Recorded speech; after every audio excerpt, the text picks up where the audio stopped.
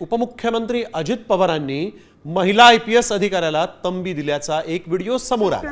माढा तालुक्याच्या कुरडू गावात अवैध उत्खननाची तक्रार आली होती आणि त्या तक्रारीनंतर जिल्हा अधिकारी अंजली कृष्णा या आपल्या टीमसह घटनास्थळी पोहोचल्या। मात्र अजित पवारांचा कार्यकर्ता बाबा जगतापने अजित पवारांना फोन केला आणि त्यानंतर त्यांनी डीएसपी अंजली कृष्णा यांना फोन दिला आणि अजित पवारांनी मग कारवाई थांबवण्याचे आदेश दिले।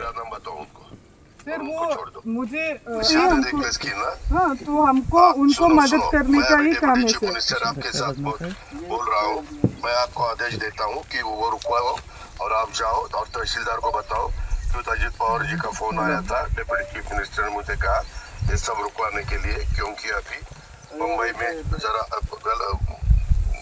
मुंबई का माहौल एकदम खराब हुआ है, उसको अपने को प्राधान्य देना है।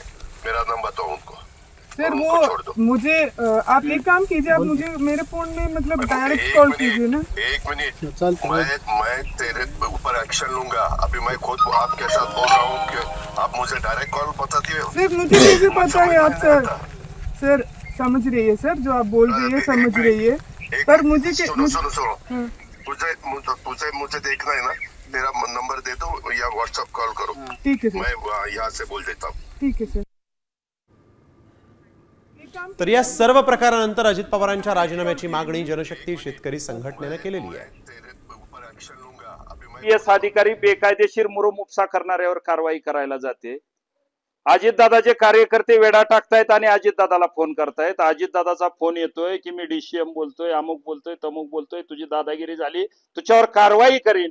म्हणजे एका बाजूनी लाडकी बहीण योजना आणता, लाडक्या बहिणीचा लाडका भाऊ म्हणता, आणि दुसऱ्या बाजूनी मुलीसारख्या आपल्या वयाच्या असणाऱ्या एका नवीन आयपीएस अधिकाऱ्याला दम दिला जातो। 11 तारखेला 8 दिवसाची मुदत देतोय, 8 दिवसात गुन्हा दाखल नाही झाला, तमाम लाडक्या बहिणीची आणि महाराष्ट्राची माफी अजितदादांनी मागावी। माननीय अजितदादा पवार साहेबांनी त्यांना एवढंच सांगितलं की कारवाई थांबवावी।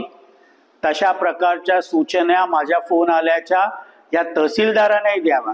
संपूर्ण महाराष्ट्राला माहिती आहे की माननीय अजितदादा पवार साहेब अत्यंत स्वच्छपणे कठोर निर्णय घेतात। कुठल्याही चुकीच्या गोष्टीची समर्थन हे माननीय अजितदादा पवार साहेब करत नाहीत। केवळ शेतकऱ्यांची बाजू ऐकून घेईपर्यंत ती कारवाई थांबवावी अशा प्रकारचे त्यांचे निर्देश होते। दरम्यान या घटनेवरून सामाजिक कार्यकर्त्या अंजली दमानिया या आक्रमक झाल्या। त्या आयपीएस अधिकाऱ्यावर कारवाई झाल्यास अजित पवारांना सोडणार नाही असा इशाराच दमानियांनी दिला। तर सुषमा अंधारेंनीही अजित पवारांवर निशाणा साधलाय। अजित पवारांना एक गोष्टीचं भान ठेवायला हवं की त्या आयपीएस ऑफिसर आहेत आणि त्या अतिशय उच्च शिक्षित आहेत आणि स्वतःची पातळी सांभाळून, म्हणजे खरं तर असं म्हणू नये पण पातळी सांभाळून त्यांनी वागणं गरजेचं आहे। प्रत्येकाला शहाणपण शिकवायला जातात आणि आज जे त्यांनी केलंय ते अतिशय डिस्टर्बिंग आहे। कुठल्याही प्रकारे त्या ऑफिसरला जर त्रास झाला, त्यांची बदली केली, त्यांना कुठल्याही प्रकारे त्यांचा छळ झाला तर मात्र अजित पवार तुम्हाला आम्ही सोडणार नाही। आता isakal.com आहे देशातील नंबर 1 ची मराठी न्यूज वेबसाईट। प्रत्येक अपडेटसाठी isakal.com ला नक्की भेट द्या।